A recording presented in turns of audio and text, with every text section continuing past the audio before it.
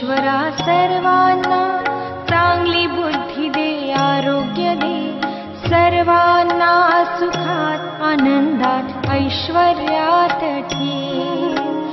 सर्वांचं भलं कर, कल्याण कर, रक्षण कर आणि तुझे गोड नाम मुखात अखंड राहू दे.